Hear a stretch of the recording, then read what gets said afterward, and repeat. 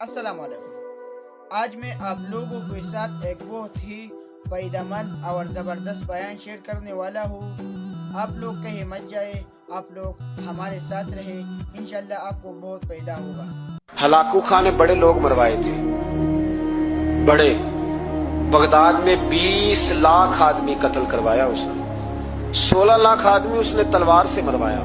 لوگوں نے نا زیر زمین تہ خانے کھودنے شروع کر دیے، 4 لاکھ آدمی تہ خانوں میں چھپ گیا اور چن چن کے مسلمان مارتا تھا۔ جب ہلاکو کو کسی نے بتایا نا 4 لاکھ بندے چھپ گئے، اس نے نہروں کے بند توڑوا دیے، دریاؤں کے بند توڑوا دیے، پانی زیر زمین چلا گیا، 4 لاکھ آدمی ڈوب کے مر گیا، 20 لاکھ آدمی مروایا۔ ایک دن ایک علاقے میں گھوم رہا تھا، لیمو کھانے کا بڑا شوقین تھا، بازار میں گیا تو ایک لیمو خریدا۔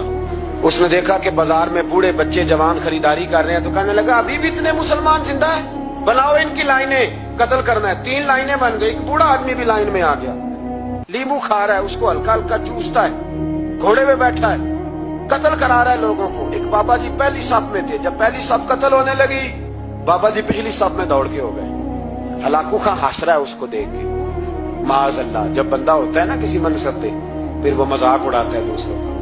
بابا دوسری صف میں آیا تو ہلاکو خان نے وہ بھی قتل کرائی، تو بابا دوڑ کے تیسری صف میں۔ آخری صف کے کونے پہ جب بابا کھڑا ہو گیا نا تو سارے بندے مر گئے، بابے کو قتل کرنے لگا جلاد۔ ہلاکو کہنے لگا ٹھہر جا، کہنے لگا بابا تو تیسری صف میں آیا تھا، تیرا کیا خیال تھا بچ جائے گا؟ بابا کہنے لگا خیال نہیں، میرا یقین ہے کہ میں بچ جاؤں گا، میرا شرط یہ ہے کہ یقین ہو اندر، شرط یہ ہے کہ ہنس کے کہنے لگا ہلاکو خان کیسے؟ تو بابا کہنے لگا اگر اللہ چاہے تو بچ سکتا ہوں، اگر اللہ چاہے تو میں، بہت سارے لوگ ہیں ڈاکٹر لکھ کے دے دیتے ہیں نہیں بچے گا، وہ بچ جاتا ہے کیونکہ بچانے والا اللہ ہے۔ کہا اگر اللہ چاہے تو بچ جاؤں گا۔ تو ہلاکو کہنے لگا کیسے؟ جب ایسے کیا نا، کیسے ایسے کیا نا تو لیمو ہاتھ سے گر گیا۔ وہ بچے پلیئر نہیں ہوتے، وہ گیند گنتی ہے تو چھلانگ لگا کے پکڑ لیتے، بڑا گھوڑ سوار تھا، نیزہ بال تھا، چھلانگ لگائی لیمو کیش کرنے کے لیے۔ کیسے تو کیسے بچے؟ یوں ہاتھ گھمایا، لیمو گرا تو چھلانگ لگائی، نیچے جھکا، جب نیچے جھکا نا تو گر گیا گھوڑے سے، جو پیر تھا وہ گھوڑے کی رکاب میں الجھ گیا، گھوڑا ڈر کے دوڑ گیا۔ جب گھوڑا دوڑا تو زمین پر زور زور سے سر لگنے لگا، سپاہیوں کہتا دوڑو اس کو پکڑو، سپاہی بھی دوڑے پر گھوڑا قابو نہ آیا۔ گھوڑا اس وقت رکا جب نہ اس کا چہرہ پہچانا جاتا تھا، نہ آنکھیں سلامت تھی، نہ ناک سلامت تھی، اس کی کھوپڑی ساری اس طرح چور چور ہو گئی جیسے کسی نے ہتھوڑے کے ساتھ پیسی ہو۔